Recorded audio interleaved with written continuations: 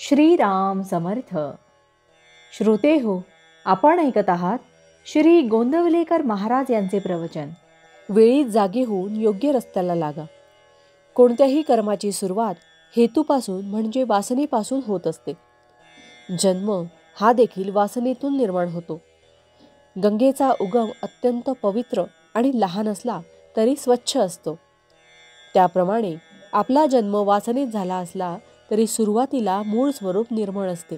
याच वेळी आई लहान मुलाला शिकवते, देवा चांगली बुद्धी दे. पुढे या निर्मळ मनावर निरनिराळ्या बऱ्या वाईट वासनांचे पगडे बसू लागतात.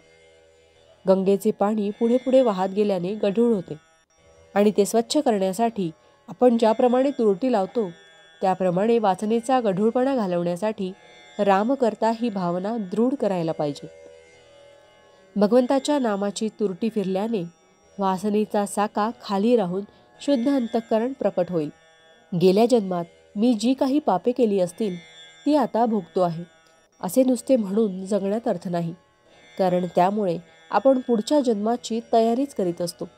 जर पुढचा जन्म चुकवायला असेल तर या जन्मीच त्यासाठी कार्य करायला पाहिजे, म्हणजे ती वासना नष्ट केली पाहिजे.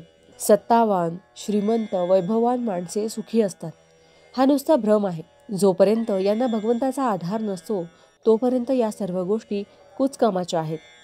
आपले प्रापंचिक सुख आहे ते दिसायला वरवर बाळसेदार दिसते, परंतु ती सूज आहे, ते काही खरे बाळसे नाही. म्हणूनच आपल्याला प्रपंचात सुख लागत नाही. आपले वय जसजसे वाढत जाते तसतसे आपले व्याप वाढतात आणि परमेश्वराकडे दुर्लक्ष होते. वासना कमी होण्याऐवजी वाढत जाते आणि तीच पुढल्या जन्माची अधिष्ठात्री ठरते. तेव्हा यातून काहीतरी मार्ग वेळेलाच काढणे आवश्यक आहे. हा मार्ग अगदी सरळ आणि सोपा आहे. संतांनी तो अनेक वेळा दाखवून दिला आहे. त्या मार्गाने पावले टाका. भगवंत पुढला मार्ग दाखवायला उत्सुक आहे. तुम्ही थोडे तरी गोडी दाखवा, निश्चय दाखवा, तळमळ दाखवा. पुढची जबाबदारी भगवंताकडे आहे. तुम्हाला हे सर्व पटले असे म्हणता, परंतु पटले असून करीत नाही. बरे पटले नाही म्हणावे तर का पटले नाही तेही सांगत नाही. याला काय करावे? मनुष्याच्या ठिकाणी इतर प्राणीमात्रापेक्षा जर काही जास्त असेल तर ते म्हणजे चांगले वाईट करण्याची बुद्धी. तेव्हा तुमच्या बुद्धीला पटूनही जर तुम्ही तसे वागला नाही किंवा नुसता प्रयत्नही केला नाही तर तो दोष सर्वस्वी तुमचाच नव्हे का? म्हणून मला पुन्हा सांगावेसे वाटते की वेळेला जागे होऊन योग्य रस्त्याला लागा. भगवंताच्या नामात राहून सर्व काय ते करा. हेच माझे शेवटचे सांगणे आहे. भावार्थ: नामावर बळकट श्रद्धा ठेवून परमार्थ करूया. नाम न सोडता इतर गोष्टी करू. जानकी जीवन स्मरण जय जय राम. महारुद्र हनुमान की जय. समर्थ रामदास स्वामी महाराज की जय. सब संतन की जय. श्री अनंत कोटि ब्रह्मांड नायक राजाधिराज सच्चिदानंद सद्गुरु श्री ब्रह्म चैतन्य महाराज की जय. जय जय रघुवीर समर्थ. आता आपण 13 वेळा नामस्मरण करूया.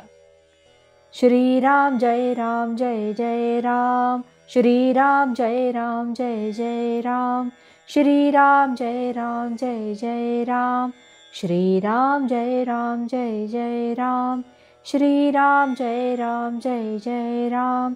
श्रीराम जय राम जय जय राम. श्रीराम जय राम जय जय राम. श्रीराम जय राम जय जय राम. श्रीराम जय राम जय जय राम. श्रीराम जय राम जय जय राम. श्रीराम जय राम जय जय राम.